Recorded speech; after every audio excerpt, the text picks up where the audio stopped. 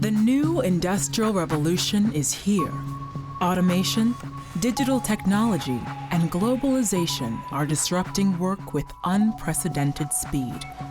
These changes were amplified when some 40 million Americans lost their jobs in 2020 during the pandemic. I feel like COVID-19 has accelerated us into the future of work. And for about 60 million more, work from home became the new normal. What we probably would have spent years trying to transform to a work-at-home culture happened almost overnight. And a lot of people are talking now about remote work as being the future of white-collar work. Will this work-from-home trend forever redefine where and how people do their jobs? Part of the struggle that a lot of people are having right now is that their house doesn't have any built-in place to work. In this era of so much uncertainty, how will work and workers themselves be transformed? The American dream is very much at risk. Americans can't work any harder. Robots are coming to take my job. It's not even the future, it's the now.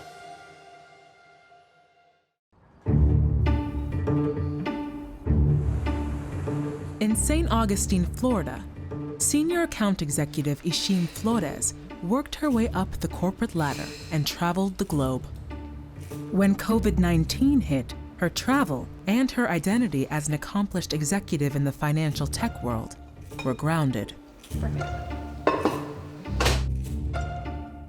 I'm Ishim Flores. I'm a senior account executive for a fintech company. Prior to COVID, I was traveling 3 weeks out of the month. So I'd go see my client, or I'd go to headquarters, or I'd go to one of our other large offices and work with my teams out there. Alexa, turn on corner lamp.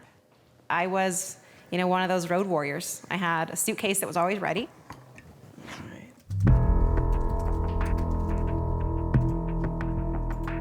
Part of my goals for 2020 had been to get to these other markets in Asia and in Latin America and in Europe. It was quite exciting. And then COVID. So as with most companies, travel was put on pause. That was a bit of a blow to my professional ego. Being out and about had always been part of my professional identity.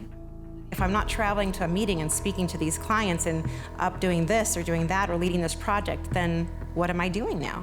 Who am I now? It was a pretty interesting adjustment. Anybody who has their identity connected to their work is going to potentially feel some disconnection or loss of that identity when they're no longer doing that work in the same way, in the same office, with the same groups of people, working from home versus traveling. I think too large a percentage of people in the society define themselves by the work that they do. When you introduce yourself to someone, usually the profession is the first thing you talk about. We've kind of created a society where people depend on having their work to feel that they have a strong reason to exist and a reason to live.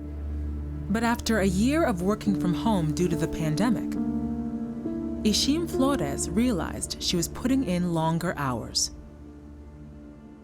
I see the emails come in, and my husband and I will be in the middle of dinner, and I'll say, okay, after dinner I have to go upstairs and handle a couple more emails. And he just looks at me, and I say, but it's Asia, so they're on a different time zone, and all right, back up to work. I make the excuses, but it can be really easy to just continue going on throughout your day and never have a hard stop. The shift to working from home has really blurred the line between time you spend working and time you spend doing other things. Your computer is always there. It can be hard to really create a shift or a transition between your working day and your non-working day. One of the most striking features of working from home is the fact that the workday has increased an average of 44 to 45 minutes. And in part, the reason is that workers are now spending some of the time they were spending commuting to work, they're spending working for their employer. I firmly believe that as a society, our culture in America is centered on work, and work to the detriment of other things. I saw that when I lived in Mexico. When I lived there, it wasn't the primary focus of anybody's conversation. It was just part of your life. Here, it is your life. American workism, logging long hours with little time off, accelerated when the pandemic sent many white-collar employees home. I think there's good and bad about this. The good about workism is that I think it inspires people to make amazing things. At the same time, I think the problem with workism is that our desks were not meant to be our altars.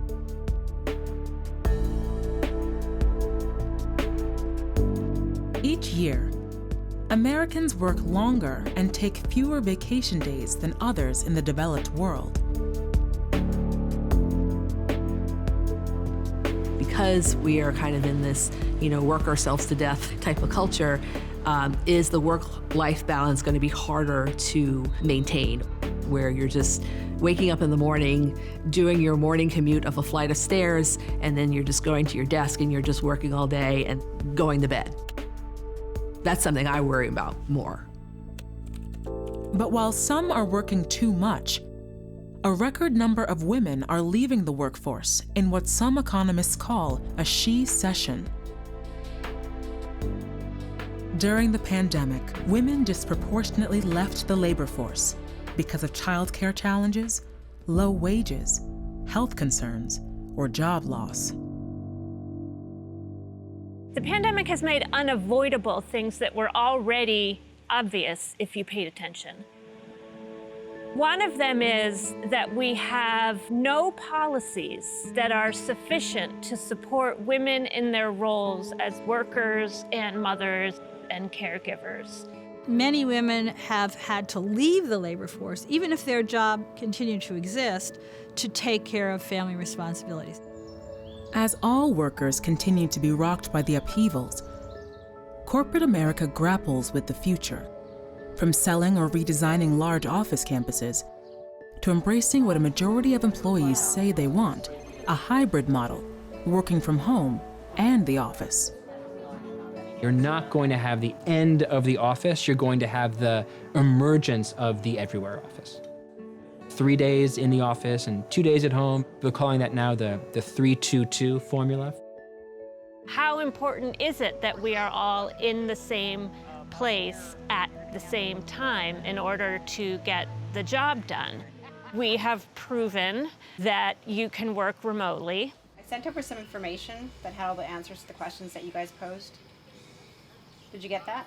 Most likely I will end up working from home in the long term because I can, and as long as I have a place to go where I can interact with other people on my team or my client, I'll be okay.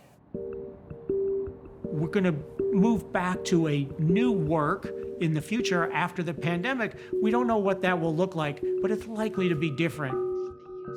I think that in the long run, this way of working remotely, far away from our coworkers, far away from our clients, far away from the people that we depend on, I think this way will probably prove unproductive and will probably go back to a more balanced arrangement. I do think that the pendulum will sort of swing back and forth. I don't want to count the office out, but I think its time might not be in the next decade or so. People will be like, actually, I really like this working from home thing. But at some point, I think they're going to be like, it's terrible. And I think offices will inevitably come back.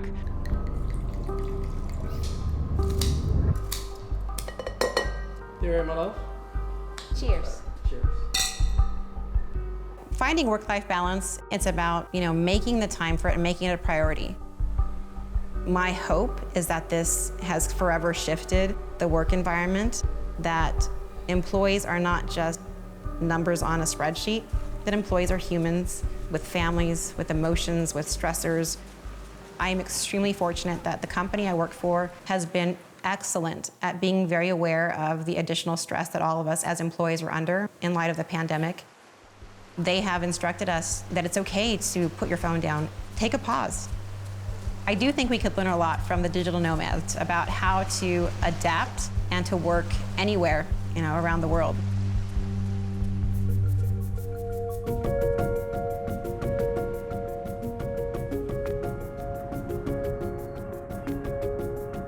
Even before the pandemic, nearly 8 million Americans were already digital nomads. The tech revolution had allowed them to leave the office behind. Many are entrepreneurial millennials, piecing together freelance gigs anywhere in the world, as long as there's Wi-Fi. When you live here, you don't take these too often, but they are some of the most convenient ways to get around a city. Eric Prince has logged thousands of miles working and traveling as a digital nomad. After a decade in the military, he didn't want the corporate life. He chose to work abroad, providing digital marketing and social media consulting services to many multinational corporations and hotel chains. Hey guys, what's going on? And welcome back to the channel. On his YouTube channel, The Minority Nomad, he offers tips for others interested in this new way of making a living. Let me know what you think, what you need from me, and I'll help you any way that I can. So as usual, leave the world better than you found it. I'll see you in the next video.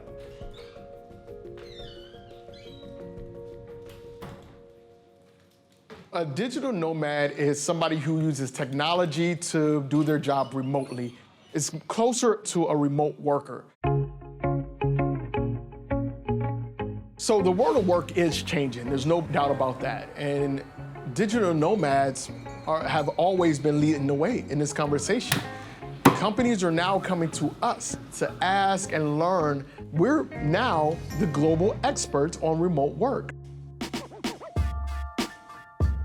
Some 400 miles to the north is Mike Hulp, a newer and younger digital nomad. He's working in Chiang Mai, Thailand, one of the world's top digital nomad destinations, with its low cost of living, wide range of co-working spaces, and easy access to high-speed Wi-Fi. Yes, my name's Mike. I sent you a message online about Airbnb. I've been working for Airbnb remotely as an independent contractor for about 2 years now. I was a part of their referral program, so I was essentially signing up new hosts and then getting paid a commission for every new host who signed up. One of the really, really great things about being a digital nomad is that I don't have a boss. I can set my own hours, I have the flexibility. Location independence is also very important for me. The views from up here are breathtaking.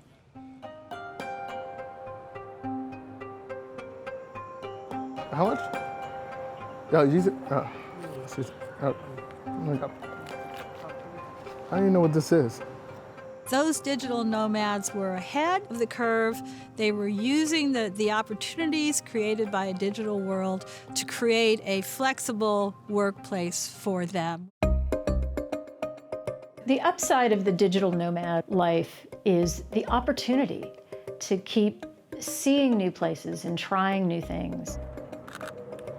Part of what draws people is the idea of not being tied down and not being committed to any one thing.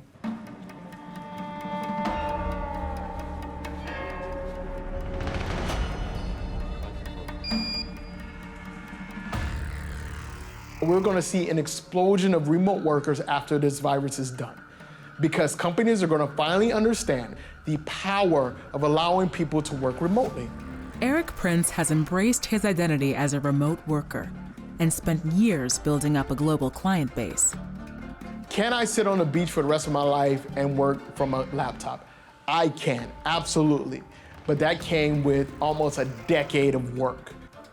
So when we have a conversation about being a digital nomad or remote worker and having a work-life balance, it's not even a close comparison. Beautiful. The difference is, in the US, in that system, you have no true freedom. But in this world, I have all the freedom I create for myself. The reality is remote work is not even the future, it's the now. There's gonna be an explosion of digital nomads in the next 5 to 6 years. You're gonna find people who are in their 50s and their 60s who also wanna work from Jamaica, from Thailand, from Romania, who don't wanna stay at home. People will always find a way to work remotely because it's an extremely high quality of life for those who choose it. Hey everyone, just now leaving Draper's startup house in Chiang Mai. Millennials are more interested in experiences over possessions. That could include a mortgage, a new car, a boat, even relationships. Experiences are way more valuable than possessions. I think this is going to become more of the norm, and I'm hoping that that will help us break some of these generational stereotypes that we have. You know, not every millennial is failure to launch. You know, not all of them are like sleeping on their parents' couches waiting for their purpose and their passion to hit them. Many of them are out there killing it.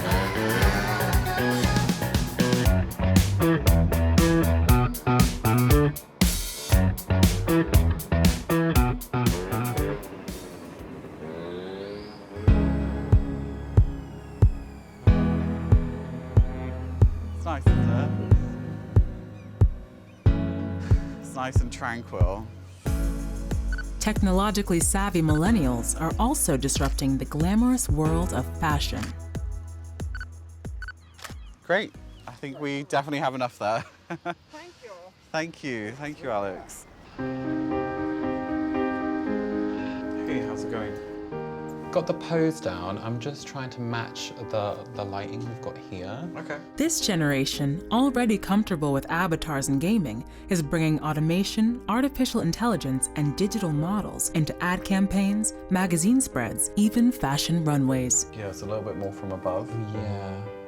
I wanted to create the world's first digital modeling agency where all the models on the book were digital, which we founded in 2018. Dad, if you could just turn up the light to full brightness just over there. See it all the way up. That's great. Gorgeous. By collaborating with real-life models, Cameron James Wilson creates digital avatars that move more gracefully. Okay, I think just a few more. For us, using real models is extremely helpful because it allows us to make sure that our images are extremely realistic. Today, model Alexandra Gondora provides movements and characteristics while she herself remains behind the scenes. The real star and fashion muse is the digital supermodel, Shudu. So I created Shudu and she took off instantly. I posted her and straight away she went viral. Everybody wanted to know, who is she? So when we do a photo shoot with Shudu, we work with real models, and during that time we photograph them just as you normally would. We then take those images, load them onto a computer, and we start to recreate the image in 3D.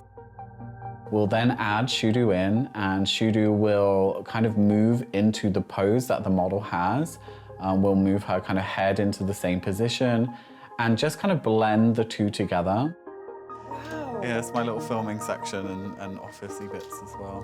Wow, that is so mad. Oh my God, wow. At the very beginning, when I saw a picture of Shudu, I actually thought it was a real person. I didn't know she was a digital. It's absolutely amazing and it's out of this world.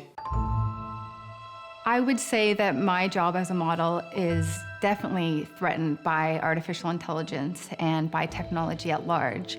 I don't know if we will ever fully replace the need for a human model, but I can certainly see the demand shifting.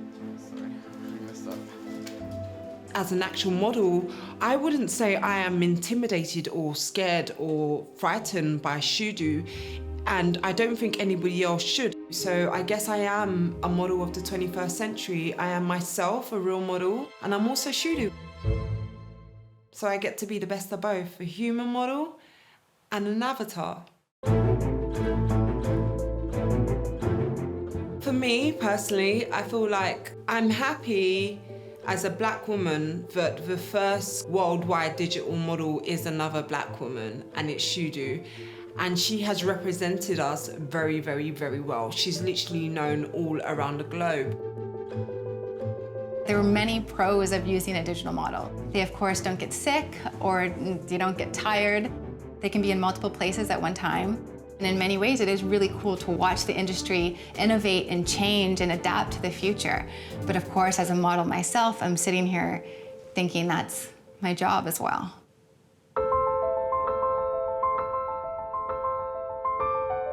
I do think artificial intelligence is going to have a dramatic impact on the modeling industry. Photo shoots in many ways will be conducted using artificial intelligence, and we won't see many people or many human models the way we see them today. Do I feel like automation is kind of a ticking time bomb hanging over the modeling industry? I feel like COVID-19 has certainly accelerated us into the future of work. What we saw with the pandemic in the modeling world is that it really did halt our jobs. Some people can go and check into work on their laptop, but for a fashion model, we couldn't do that.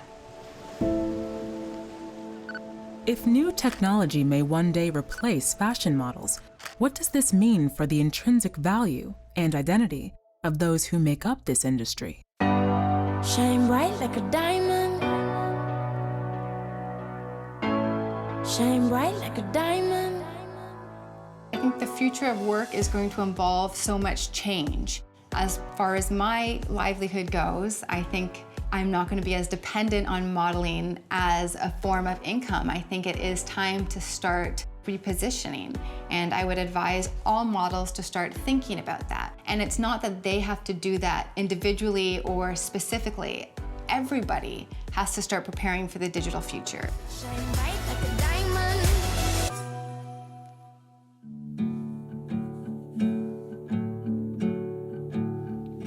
All right, guys, let's just take a minute to get grounded and get present. But preparing for the digital future is easier said than done. From supermodels to gig workers, the disruptions are real. As industries transform, many grapple with profound questions about their work and professional identities. Having so much of our world and our routine just completely changed, and how that impacts my ability to sort of show up in all the areas of my life. For many people, work is a source of dignity. It's what they pride themselves on. Your sense of self-esteem, self-worth, self-image, all those things come into play when you have a career and when you have a job. And when you don't have that, people tend to lose their sense of identity. For some, it's really hard to try to figure out a way to put that back together. Male identity, I think, is really under siege. We don't know who we're supposed to be and how to be who we're supposed to be. How does your work play into your identity? I'm in a state of reinvention, age-wise, career-wise, and that's sort of terrifying.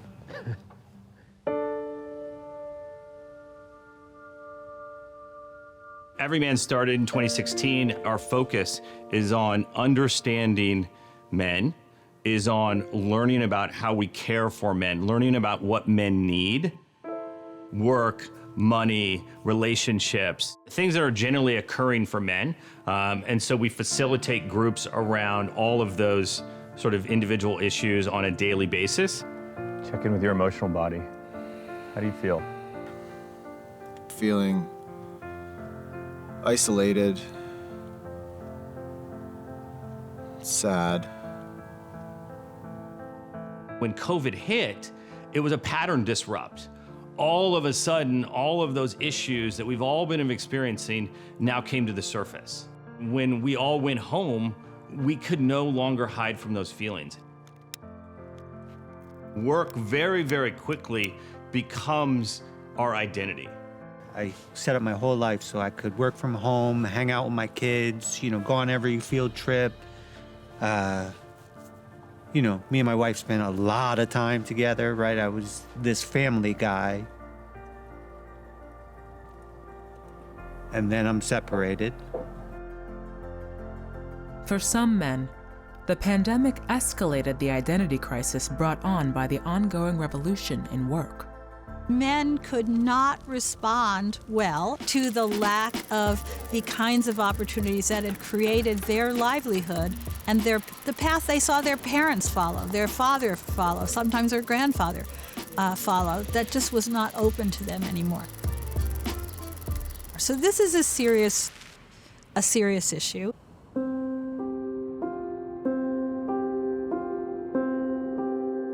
talk to her, say, do you want everybody to sort of introduce themselves and what they do real quick, and just to... That would be great. For many, work is the bedrock of life and identity. And for Virginia Bell, an IT consultant in healthcare, organizations like the Baltimore Job Hunters Support Group are a lifeline when work disappears. My name is Virginia Bell. I've been with Baltimore Job Hunters for over a year now, and I joined just before the pandemic. Our program is the Baltimore Job Hunters Support Group, and within that we are running an outplacement program called Teamworks. So we start recording it? Yeah, let's record it. What the heck? Okay, so record. Please ask the host. I'm the host. You're the host. Right? Yep. Oh, I'm you. Oh, excuse me. Oh, yeah. Okay, there we are. It's 100% virtual. And what we do is we try to treat the whole person who is unemployed. My focus when I was working was on work. And now that I haven't been working for over a year and a half, a lot more of my spirituality, my body and health, and the relationships has really increased. We've had people in the group with doctorate degrees, stocking at Target, working at Walmart. We've had people who have had to take those positions in order to have some money coming in. Oftentimes when you meet new people, the first thing is how you doing? My name is blah, blah, blah. And the second question is often what? What do you do? And what do you do, right? What do you do? If you've not been in this situation, it's really hard to understand it. You're looking at your friend or your spouse, and they're not working, but they have years of experience. They have the degrees. That is a hit to your self-esteem, your psychological health, and it's very difficult. I wonder how participants in your program deal with extended unemployment, which leads to a feeling of hopelessness. How do you deal with that? That's a hard one. That's really a hard one. I have people who have applied to 500, 600, 700 jobs. How much rejection can a person take? Because, again, as humans, we're hardwired not to want rejection because that isolates you. And if you get isolated from the group, that means death. You can't. So it really takes a major toll on people. So much of life happens at work. We meet most of our friends at work. A lot of our social human interactions are happening at work.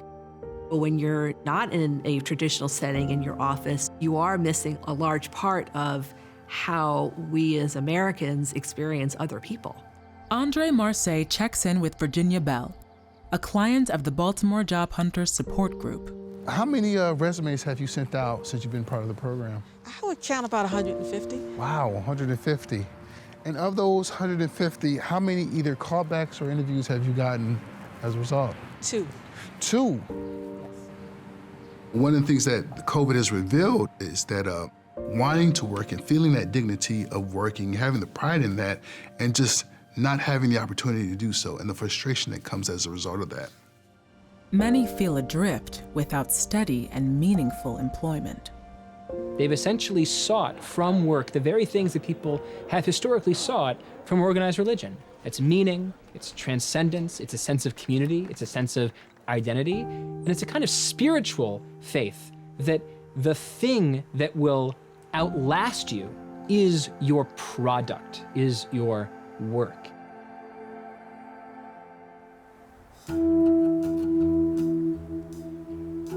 Workers aren't alone in searching for meaning and identity.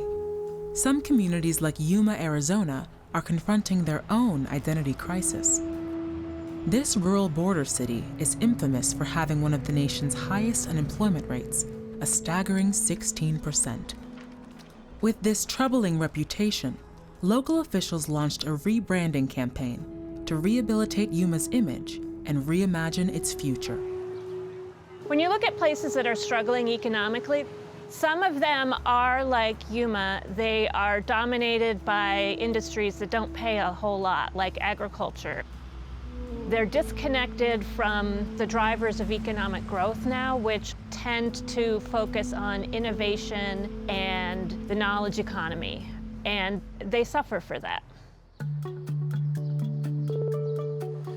If you get off the road, you experience our community You understand our economy, you understand our social structure, and how we play internationally. All those things are great quality of life issues that really brings the uniqueness to our community, and that's the identity we're focusing on. We're not trying to be anyone else's. To make a city like Yuma attractive, the first thing you can do is make it attractive for the people who already live there. If you can create environments in Yuma where young people in Yuma think it's an exciting place to be, I think you're going to be at least 80% of the way there to making a place that somebody from outside of Yuma is going to say, wow, that's great. I'd love to be a part of that.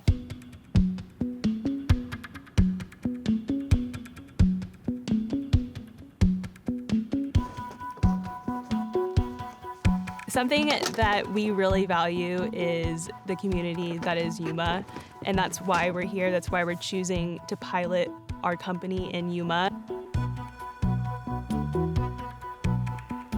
Our hope is to really serve the community, so providing jobs for people who want to be involved in agriculture, technology.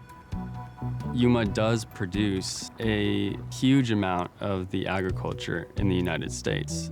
It produces over 90% of the nation's leafy greens, yet most people wouldn't be able to point it out on a map. Good morning. Good morning. Evan Westman and Obi-Melekwe prepared for this presentation for over a year. They hope one of Yuma's top growers and employers will be impressed. We grow the medjool date, which is a delicacy and very expensive because it takes a lot of hand labor to grow the dates, and it takes many years for the date trees to reach production stage. Yeah, the wiring is still incorrect. So let me move it back. Local growers reached out to the University of Arizona's engineering and business programs to recruit students willing to help modernize Yuma's date industry. There it goes. Westman and Melekwe took up the challenge and formed a tech startup after graduating. So currently date palms are manually pollinated, which means that they have to be climbed up to 8 times each season for pollination alone. We've actually designed a proprietary dispenser, and that's going to dispense the pollen at a chosen rate.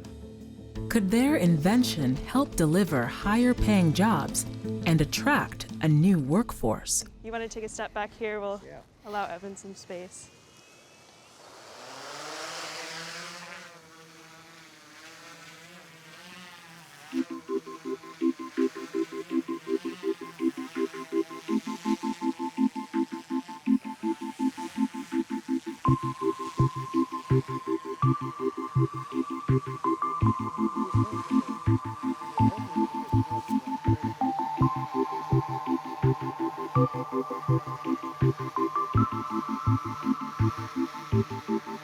What's your thoughts on drones? I know it's kind of like a new technology coming in. In the future, that's going to be the biggest part of what the drones can do. They can survey a field quickly and get critical readings into the office. Yep, that's exactly what it is. Together. Yuma's stakeholders are working with the mayor and business leaders to bring in new industries and opportunities. To say that we want one type of company, absolutely not. I think that we put everything on the table as leaders in all the different organizations, and we say, where does it make sense for them to be located at? And how can we, as a community, offer the most competitive package that we can deliver on? Our focus is creating kind of the mid-size industry footprint here. You know, you bring in a company that has 300 to 400 people that want to have a strong presence in a great community, just want to live in our community, not just here for the dollar. When we think about local economic development, it's not just about jobs, earnings, but it's also about other aspects of a community life. The improvement in local amenities, improvement in cultural institutions, whether museums or other forms of cultural entertainment that make a community lively and particularly attractive.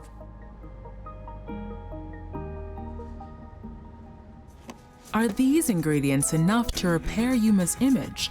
And can new industries and young entrepreneurs contribute to a brighter future? I think something that's ironic that's come out of this pandemic is the call to younger generations to solve the problems so we don't get back into the situation that we're currently in. Being a part of a startup so young is answering that call.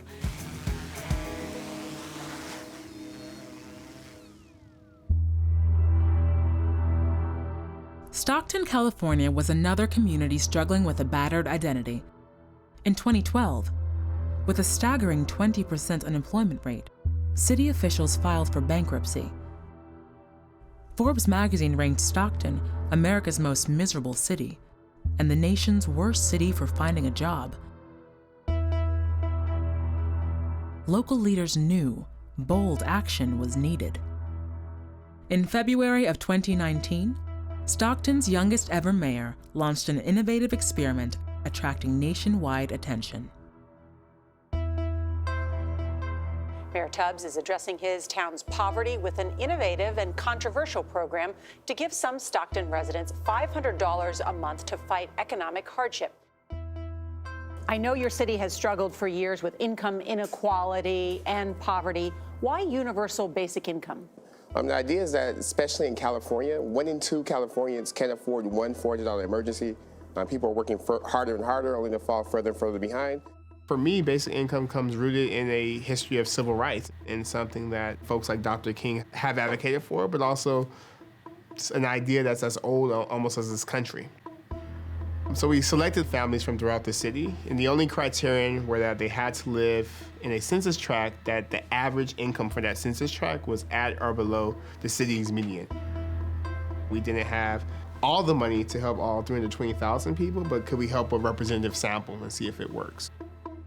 The privately funded program, called SEED, selected 125 families living in lower-income neighborhoods with an average salary of $46,000 or below. Each recipient was given $500 a month, no strings attached, for 18 months. When the pandemic hit, the program was extended for 6 more months. Oftentimes, when people think about basic income, they think of folks like Andrew Yang, who campaigned on it. How does the freedom dividend work? Well, the freedom dividend, if you can imagine a country where everyone's getting $1,000 a month as a right of citizenship, it would make our families stronger and healthier, it would create millions of jobs in our communities. While controversial, many tech titans envision universal basic income as an innovative response to what they see as looming job loss. A lot of leaders in Silicon Valley, especially engineers, decided that there's a problem in this country that people don't have enough money, and they have solved it, which is send people more money.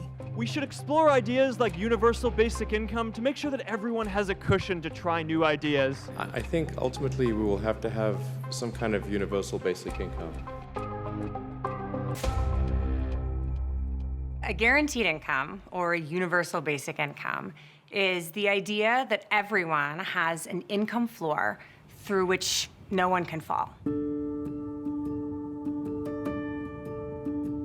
We decided to invest in Mayor Michael Tubbs because it was a way to take, the big idea of a guaranteed income and make it a reality. You can't get to the top of the pyramid if you have no bottom. So let's give you the resources to provide the bottom. Then you get to the top, that's up to you. But at least we know we gave you the bottom so that you had a fighting chance. You had a real opportunity to get to that self-actualization we want to see. My turn. 1 green. Angel. Green. That was my turn. When Tomas Vargas Jr. saw an ad for the Universal Basic Income program, he thought it was too good to be true, but he applied anyway.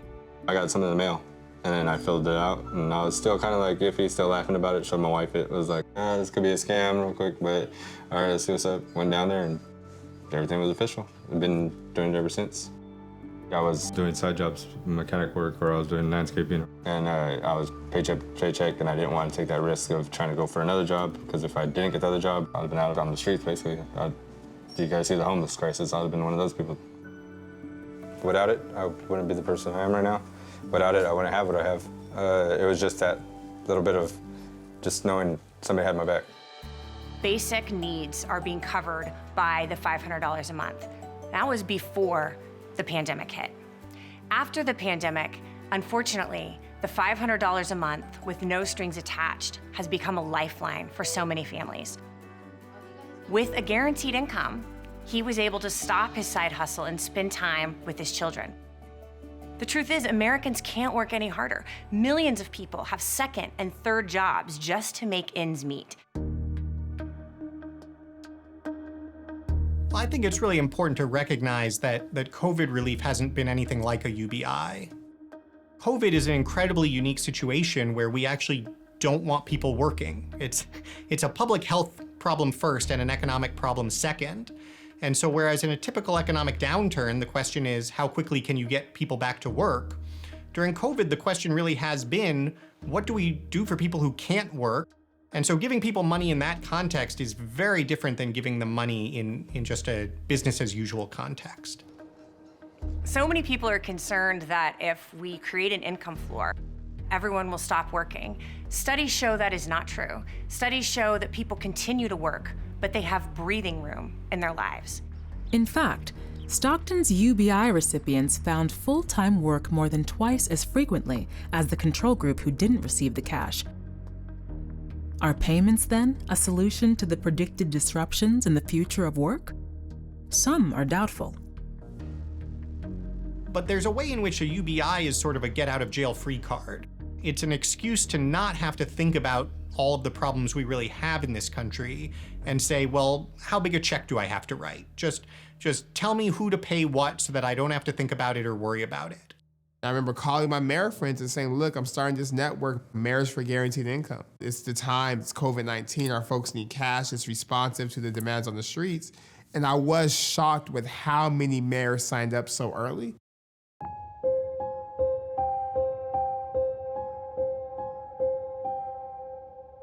The government stimulus, the $1,200 one-time check, was such a lifeline. Not even just for the recipients, but more importantly for the non-recipient, 315,000 other people who are in very similar economic circumstances. Both UBI recipients and Stockton residents not participating in the program received pandemic-related government stimulus funds. If we had passed an income floor back when Dr. King was talking about this idea in the late 60s, we would be in a very different place today as a nation.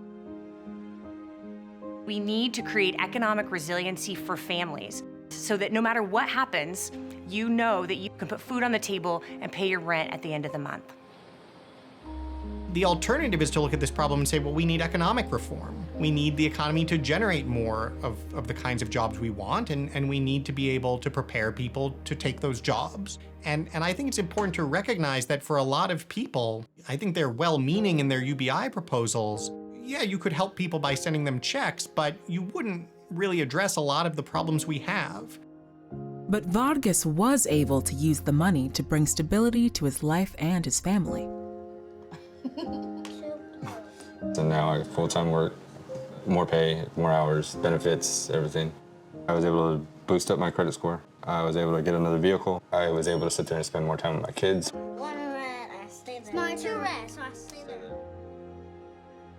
For Mayor Tubbs, the Universal Basic Income pilot was a game changer.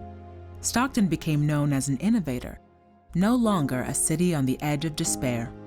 It's really humbling for Stockton to be the first city in this country's history to test a basic income. Because oftentimes Stockton, we've been seen as ground zero for problems. Like you come to Stockton if you want to see how things are terrible. And now people are looking at stuff like, hey, how do we be like Stockton? Like, how can we do what Stockton did? As we look towards the future, it's going to be people like the folks who live in my community who actually are going to have a lot of the solutions to the problems we're facing.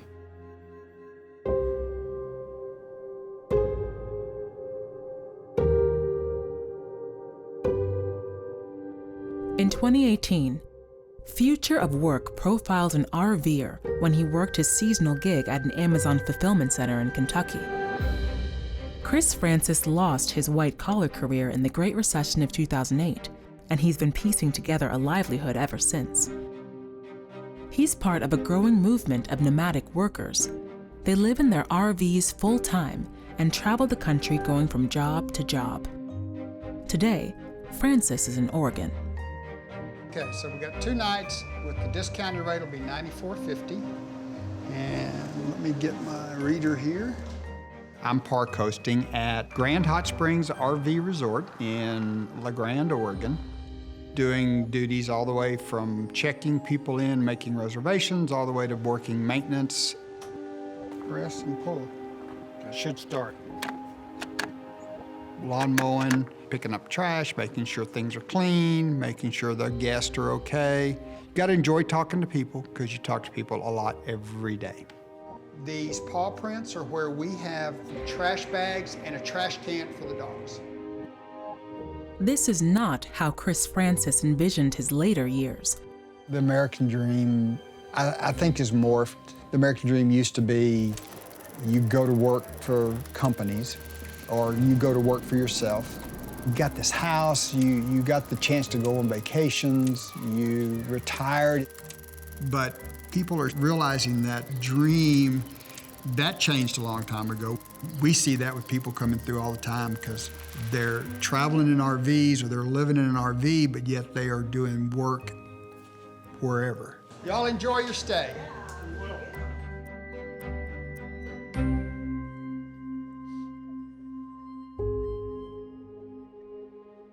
I think it's fair to say the American dream has been fading. If you look at the numbers, someone who was 30 years old in the United States in 1970 had a 91% chance of earning more than their parents did at that same age. But roll the tape forward to 2010, an American who was 30 years old had only a 50-50 chance of earning more than their parents. So the American dream had become a coin flip. I think it's pretty clear that the first generation of Americans to live materially worse than their parents is the generation that is today in their 20s and today even in their early 30s. So we really have a serious problem at the macro level, and the American dream, as commonly understood, is very much at risk. Hey, Shelley. A lot of the future of work is very much connected to the future of retirement income. We are seeing people increasingly having to work longer to supplement a crushed pension or a declining Social Security because Medicare is taking up more and more of our Social Security check. Part of the dream of work is the dream of retiring from work. As every country gets richer, the idea that we can have time off from our work becomes part of what a society wants. And what we are seeing most definitely is a reversal of that entitlement. Many older Americans fear a future with low wages, inadequate savings, little chance of retirement, and a lot more work. A lot of these folks were expecting that they were living the American dream, that we are part of a meritocracy where if you work really hard and you do all the right things and you make all the right decisions and then you retire, you get to garden and be with grandchildren.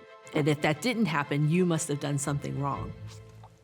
That just plainly means that many middle-class older workers now will be poor or near poor adults.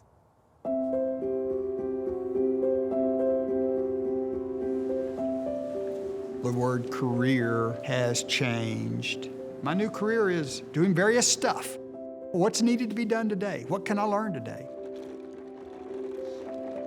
What kind of charges me up a little bit, it's being able to do something that you're familiar with, but at the same time having that opportunity to learn something new.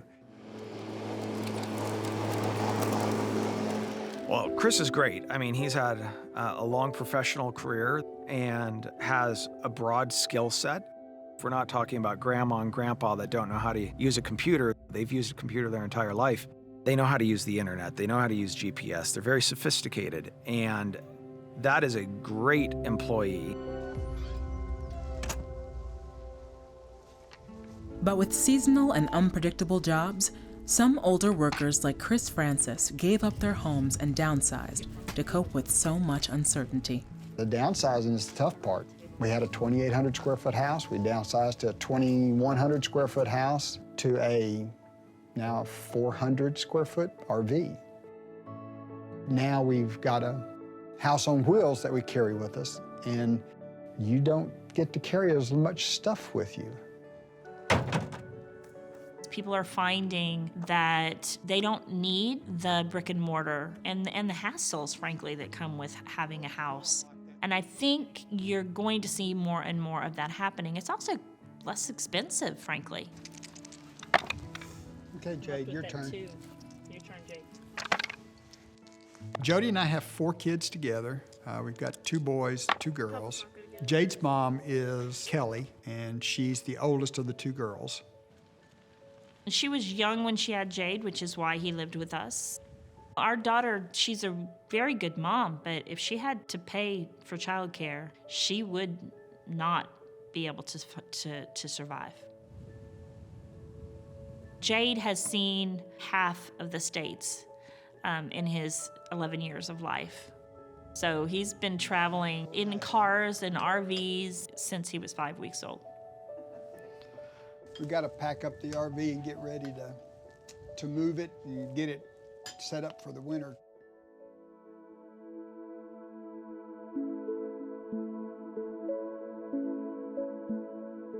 And I'll open the Argentina file while you do that.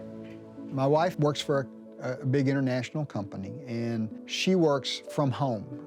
As long as we've got internet capability, she's able to get connected to her associates wherever they're at on the globe.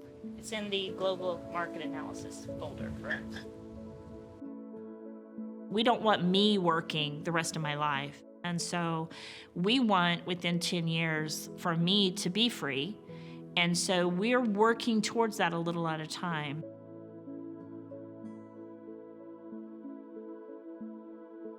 Okay, is it my turn? And I can do that? And I can do that? Where did I put my card? Does that mean I win? That means you won. Apple won a game. You're cheating! You're the one that dealt them.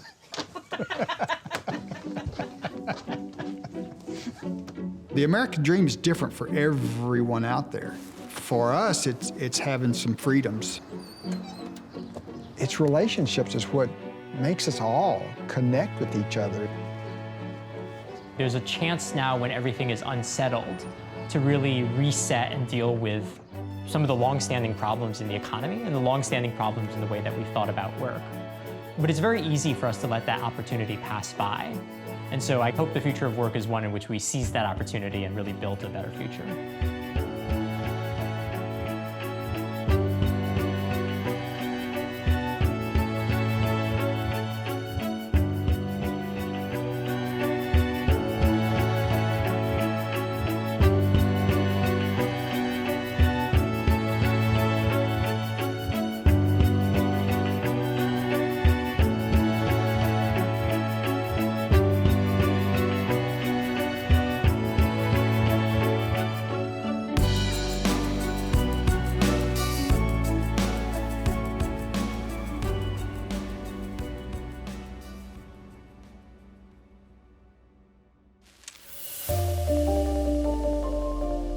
Since the making of this documentary, digital nomad Eric Prince is still Thailand-based, and his business is booming in spite of the pandemic. Florida resident Ishim Flores continues to work from home. Her multinational company plans to reopen their offices in late 2021. After sending out more than 100 resumes, Virginia Bell finally landed a job as a research analyst for a healthcare agency. Recent grads Evan Westman and Madeline Melekar seek investors for their drone pollination company in Yuma. And Sinead Bubel still models when she can. She's launched a tech startup to help Gen Zers and millennials prepare for the disrupted future of work.